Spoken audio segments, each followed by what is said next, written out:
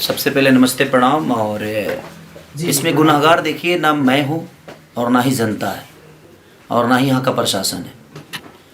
गुनाहगार वो है जो परमिशन लिया और परमिशन रद्द होने के बाद भी हमें इन्फॉर्म नहीं किया गया। और मैं यहाँ पे करीब 7 साढ़े 7 बजे मैं बॉर्डर पे आ गया था। सुबह 7 बजे मेरा 11 बजे से कार्यक्रम था, तो मैं सुबह 7 बजे, और जब मेरा कार्यक्रम लिखने की बात थी तो यही गए थे कार्यक्रम लिखवाने को। एक बार दिखा दीजिए, क्या नाम पड़ेगा आपका? मेरा नथु चौधरी नाम है। मेरा नाम नथु चौधरी हो। हाँ, वहाँ खेसाडी भाइ भैयासँग मैंने गएको थिएँ पैसा उहाँलाई पुर्याउनलाई। और मैं कितने बजे आया था यहाँ पे? अंदाज चाहिँ वहाँ पे कितना बजे 10 बजे 11 बजे वहाँ पे गए थे खेसाडी भैया को में। नहीं मैं लोग नेपाल कितने बजे एंट्री किए थे? नेपाल यहाँ पे हमको तो कितना 6 बजे 7 बजे हमको सुबह में हम लोग 9 बजे होटल में एंट्री किए हैं। हम नहीं आए तो भैया, हम नहीं थे। ये नहीं था, आपका ही आदमी था ना? अनि त्यसपछि के भयो? उहाँ कतिखेर आइपुग्नु भयो यहाँ? उहाँ चाहिँ गएर 7 बजे मेरो साथीले सोद्धाखेरि 7 बजे उहाँ जुन छ हाम्रो यहाँ होटलमा आइसक्नु भएको थियो। अनि त्यसपछि गएर हामीलाई पनि कुनै जानकारी न तपाईलाई गएर यो पुलिस प्रशासनबाट कुनै जानकारी भएन। एक्कासी उहाँले जब गएर तपाईलाई गएर जुन छ के अरे 12 बजेतिर पनि जुन छ जब गएर आधी मान्छे उहाँको भित्रै सकेपछि गरी तपाईको जुन छ उहाँहरूको म्युजिसियनहरू अरू विभिन्न मान्छे 15-16 जना भित्रै सकेपछि त्यसपछि हामी एउटा टिकट पनि गएर सुरु गऱ्यौँ। अनि त्यसपछि गएर अब अलिअलि ढिलो हुन थाल्यो। अनि उहाँले बोलाउँदाखेरि त्यतिखेरसम्म अब कोरोना कारणले हो के कारणले हो उहाँ त्यसपछि गएर यहाँ पुलिसले घेरेर आएको थियो। त्यसपछि हामी जान नै पाएन। नहीं, हाँ, एक मैं बता रहा हूँ, हिंदी में भी बोलिए प्लीज। हाँ, मुझे समझ में नहीं आ रहा क्या बोल रहे हैं। ए हुन्छ। तो आज जो स्टेज यहाँ पर बना हुआ था, आपका प्रोग्राम भी था, तो आपका कौन सा क्या पूरा टीम, कितने आदमी का टीम था, क्या इक्विपमेंट आपका आया हुआ था? 30 लोग थे हम, और हमारे इंस्ट्रूमेंट जो बजाने वाले लोग थे वो थे, और हमारी डांसर ग्रुप की लड़कियां थीं। और सबसे बड़ी बात कि ये लोग जब मेरा कार्यक्रम किए तो इन लोगों ने बताया ही नहीं कि टिकट शो है। टिकट शो का मुझे पता ही नहीं था। मैं जब यहाँ आया, जब ये सारे हंगामा हो गए होने के बाद मुझे पता चला कि टिकट शो था। और उसमें जनता की क्या गलती है? नेपाल की जनता चाहे कहीं की जनता भोली भाली होती है, उसको ये पता नहीं होता है भाई। वो अपने बेटा को प्यार करने, अब मेरे बारे में क्या बोल रही है जनता, किसी के बारे में बोलेगी, क्योंकि उसको हकीकत पता ही नहीं है। तो टिकट शो के नाम पे इन लोगों ने मुझे बुक ही नहीं किया था। और जब इनका परमिशन फेल हुआ, सरकार ने कोविड की वजह से परमिशन इनका रद्द किया, इनको मना किया कि आप कार्यक्रम नहीं कर सकते हैं। आपसे कितना दिन पहले एग्रीमेंट हुआ था यहाँ पर आने का? मेरा तो 5-6 दिन पहले ही ये कार्यक्रम तय हुआ है, राइट ना? 5-6 दिन पहले 5-6 दिन पहले, और ये लोग 5-6 दिन पहले ही मुझे तय किए। मैंने वीडियो भी बनाकर 2 दिन पहले वीडियो बनाया था, 16 तारीख को। तो 2 दिन पहले मैंने इनको वीडियो दिया था। तब तक इनको पता चल चुका था, कि परमिशन रद्द है, प्रशासन हमें ये कार्यक्रम नहीं करने देगी। उसके बावजूद भी इन लोगों ने, मैं यहाँ तक आ गया, उसके बावजूद भी ये पूरे दिन टिकट काटते रहे और मुझे पता ही नहीं है कि टिकट कट रहे और टिकट पे ये कार्यक्रम है। और लोगों को सिर्फ गुमराह करते रहे। और उसमें नुकसान ये हुआ कि 4 स्कॉर्पियो लोगों ने जला दिया। इसमें मैं पब्लिक जनता को मैं बिल्कुल दोष नहीं बोलूँगा, क्योंकि इन लोगों ने गुमराह जनता को भी किया और मुझे भी किया। तो आपका कहना है कि जो भी हुआ आयोजक की तरफ से आयोजक अगर मुझे सुबह ही बता दिया होता कि भैया यहाँ परमिशन नहीं है, प्रशासन हम आपको नहीं दे सकते, तो इसमें प्रशासन का भी कोई रोल नहीं है भाई। प्रशासन, अब मैं यहाँ आया 8 बजे 9 बजे मैं पहुँचा। 9 बजे पहुँचने के बाद 10 बजे मैं रेडी होकर बैठ गया।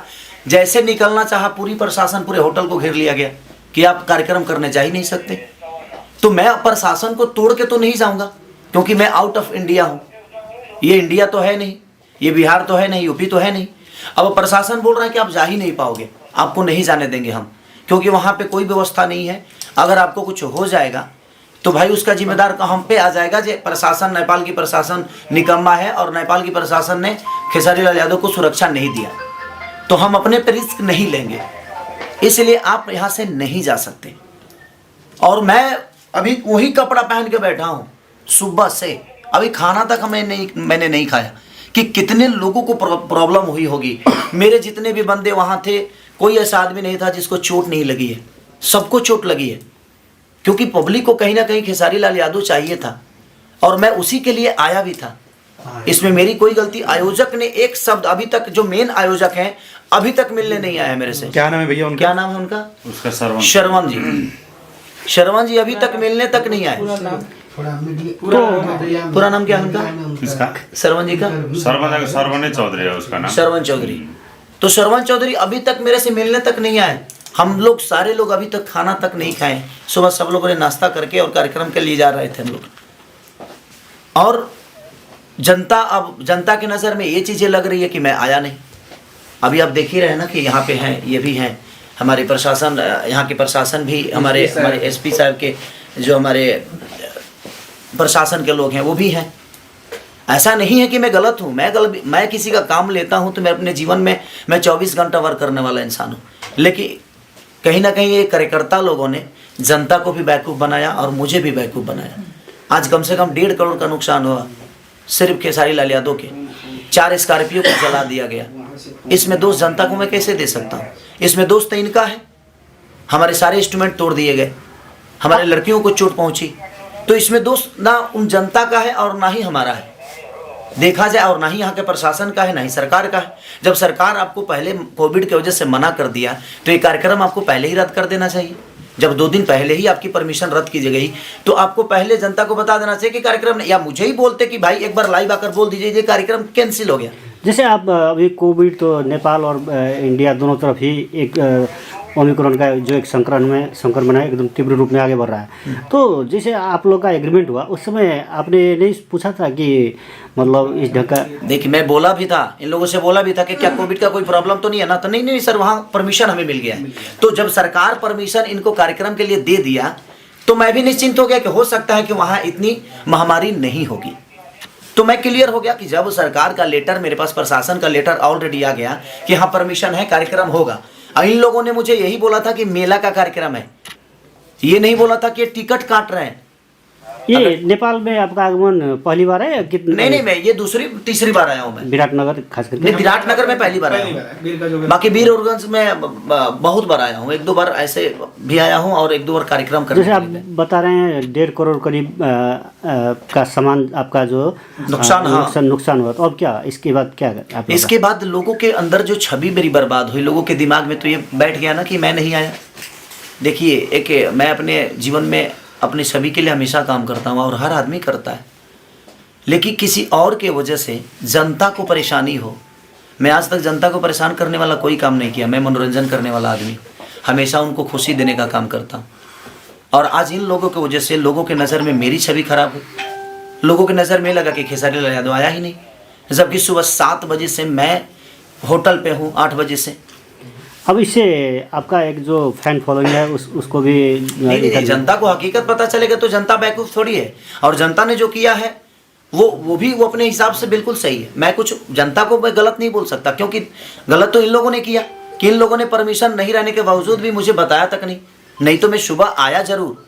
मैं बिना कार्यक्रम किए मैं लाइव आ जाता कि प्रशासन की वजह से कार्यक्रम रद्द हो गया है, आप लोग नहीं आइएगा कार्यक्रम में, तो लोग नहीं आते। लेकिन इन लोगों ने बताया ही नहीं। सर उस पर साइन भी करना होगा ना? हाँ, तो वो सारी चीजें हैं। तो और अभी कार्यकर्ता में एक आदमी आया और वो सुबह से मेरे साथ यहाँ पे थे, लेकिन अभी वो गायब हो गए। ये है सुमित जी नाम है उनका, वो भी गए थे, रिसीव करने वही हमें बॉर्डर से हमें अंदर किए। तो मेरी इसमें गलती 1% की नहीं थी। व्हाट्सएप लोकेशन से लेकर हर डिटेल वही दे रहे थे हमें। और ये सुबह 7 बजे भी हमें नहीं बता रहे हैं कि प्रोग्राम कैंसिल हो गया है सर, प्रशासन ने मना कर दिया है, सरकार ने मना कर दिया है। इन लोगों ने गुमराह रखा हमें गुमराह किया कि नहीं आप आइए कार्यक्रम होगा। तो क्षति तो आयोजक ही देगा ना। अब क्षति जो हुआ है गलती इनकी है, इनको तो पूरे जनता का पैसा लौटाना चाहिए। जनता की क्या गलती है भाई?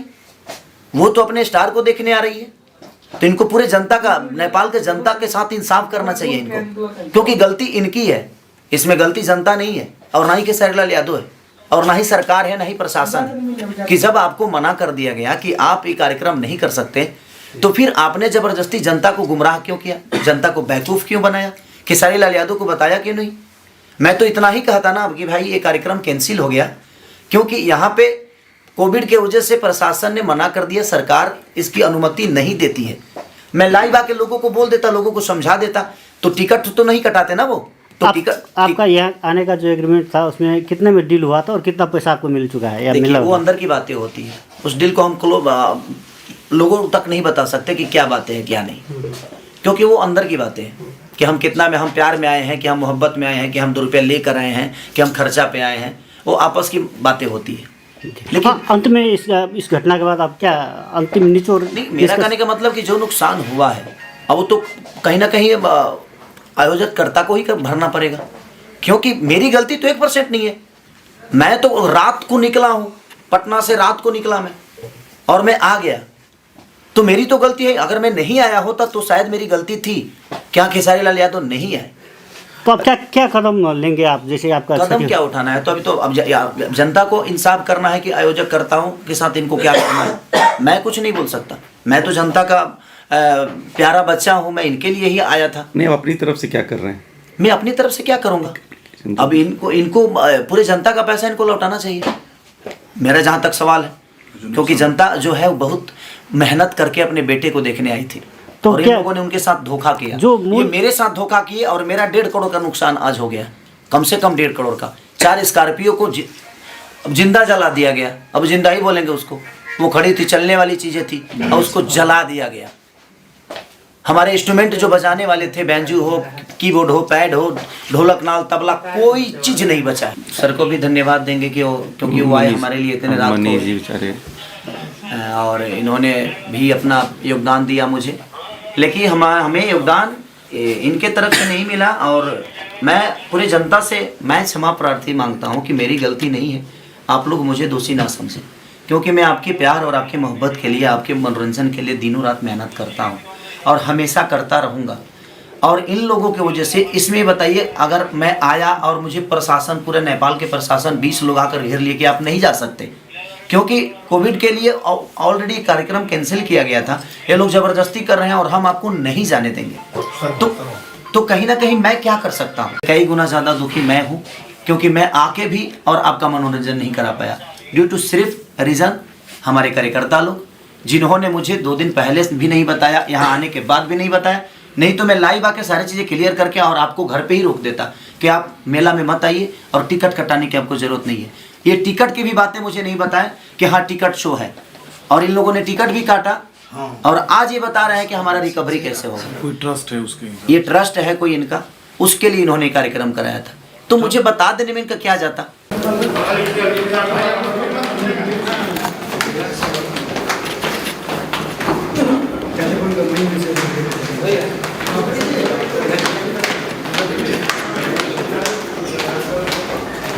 सारे जो भी अपने हैं सबको बोलो,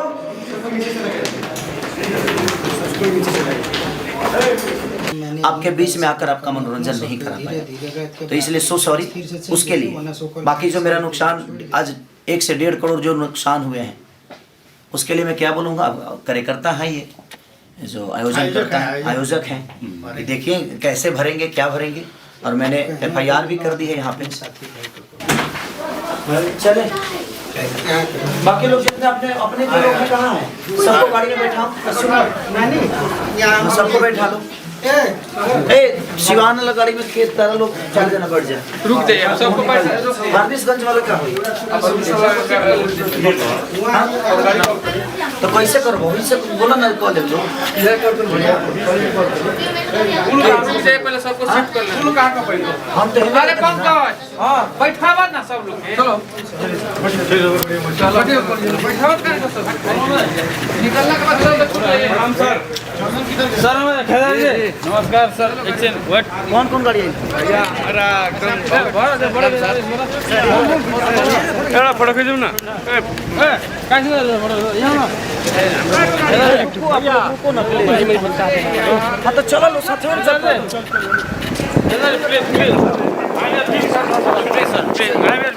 रुकिए पहले साइकिल कर लेंगे। I want to take one photo from you. I understand, sir. Please. Okay. और गाड़ी कहाँ है सर? कौन गाड़ी में जाइएगा आप बैठिए ना बैठिए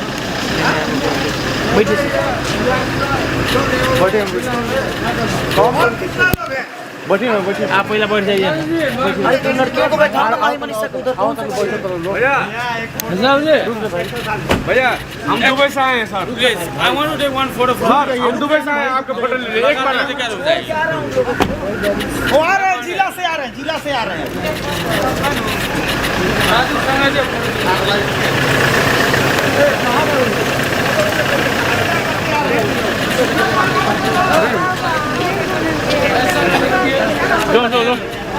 निकालिए निकालिए निकालिए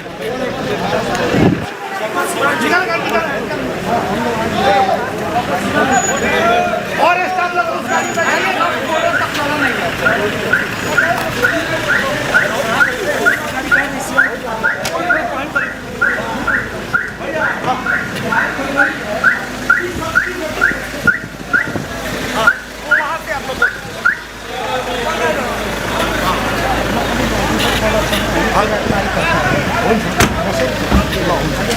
भैया अनि मेरो त पेमेन्ट गरेको छ सर होइन यहाँनिर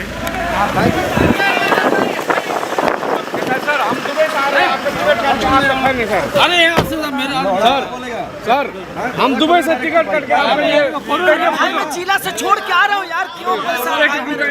भाई मेरा भाई दारू में एक फोटो भाई मैं आ रहा हूँ जिला से। ड्राइवर ए भरत जिला से आ रहा हूँ। जी सर जी वाह आई लव यू हाँ भैया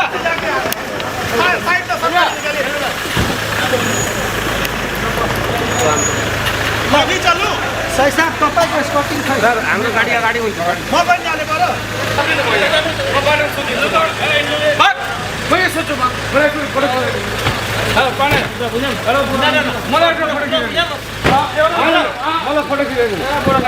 एउटा फोटो प्रणाम सर एक बार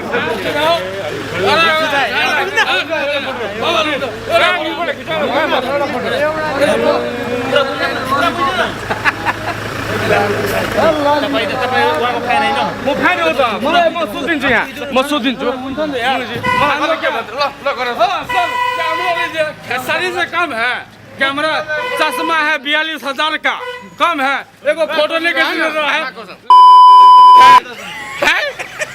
सुनिए होटल एशियाटिक आगे उसका बड़ा फैन है हम फोटो के